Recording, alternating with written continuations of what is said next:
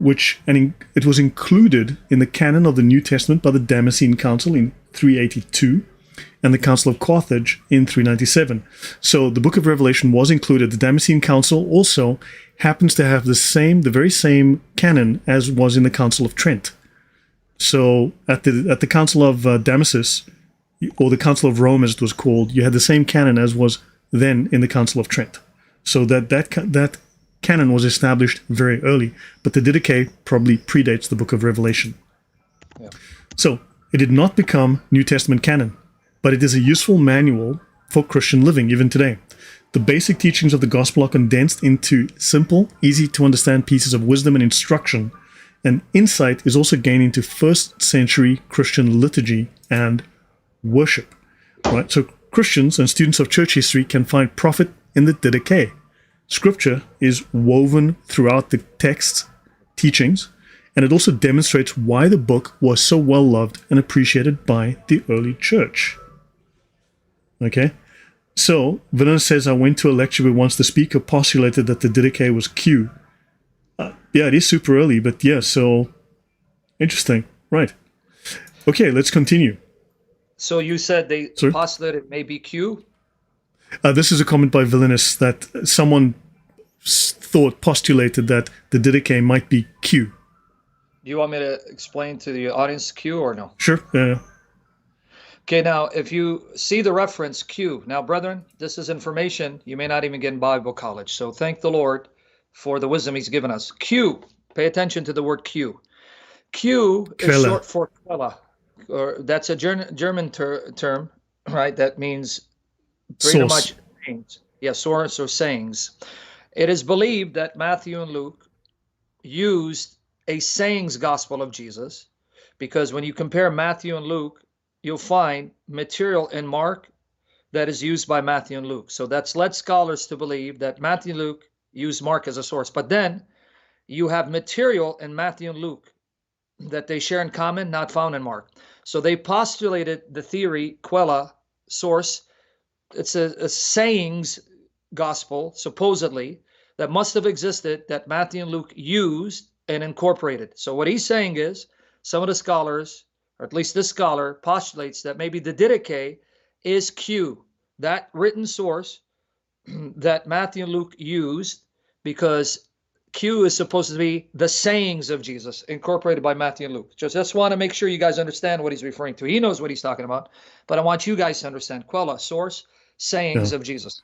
Yeah, the thing is, it's not really a theological book. It's really an instructional book. But so the Didache means teaching or instruction. It's a short form of the full Greek title, which is the Lord's teaching to the nations through the 12 apostles.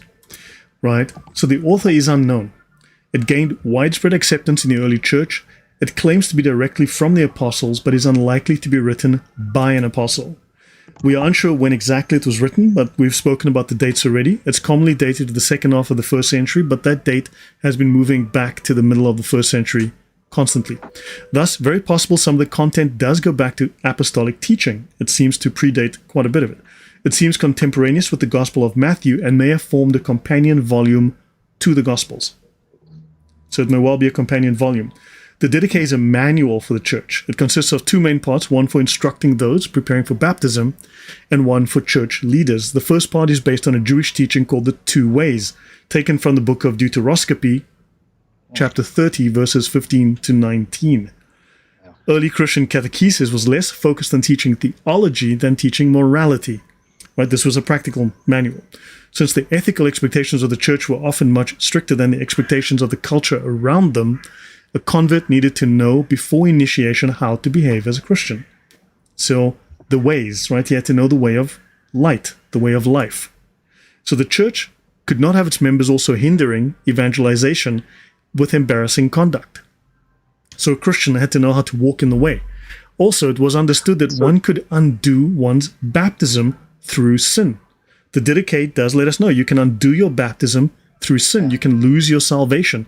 Thus, it was imperative to instruct converts in proper behavior before baptism. Your thoughts on that last comment, Sam, before I go on? That's interesting, brethren. You have a first century document confirming what the church believed historically up until the time of Calvin, the dominant position, in fact, the universal position until you had, let's say, Calvin, Baptist come later on the scene, was you could lose your salvation and be severed from Christ. So this once saved, always saved, it's not ancient, it's not biblical, it's more of a recent innovation. I just want to hammer that point. So you heard Lloyd. So Lloyd, you are certain this document says you can lose your salvation because the baptism that makes effectual salvation, you can undo it by sin. Is that what the document just said? You can lose your salvation because they tell people to walk in the way of life because they believe that the eschaton was coming, the end times was coming, and you didn't want to be left behind, and go to hell. You wanted to make sure that you were pure to go to paradise when that happened. So, for instance, this is taken from Deuteronomy. This day, life and good and death and evil, so the way of life and the way of death. Love the Lord thy God, walk in his ways. In other words, do. These are acts, things you must do. Man. Not by faith alone, walk in his ways, right? And this is before baptism, right?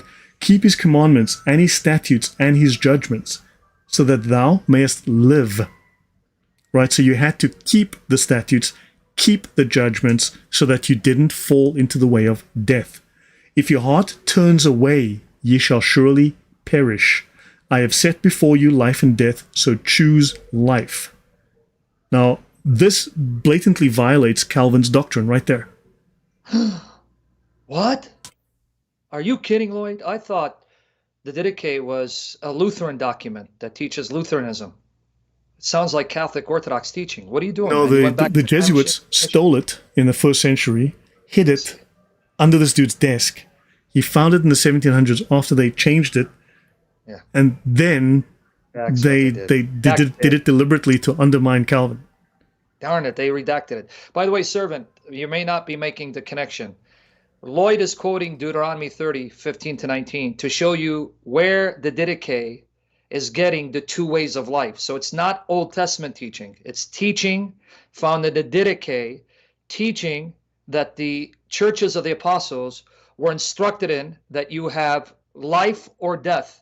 Choose life so you may live. Don't choose death so that you don't die. So it's not Old Testament. It's the Didache reaffirming what's in the Old Testament and binding Christians to the two ways of life. Choose life.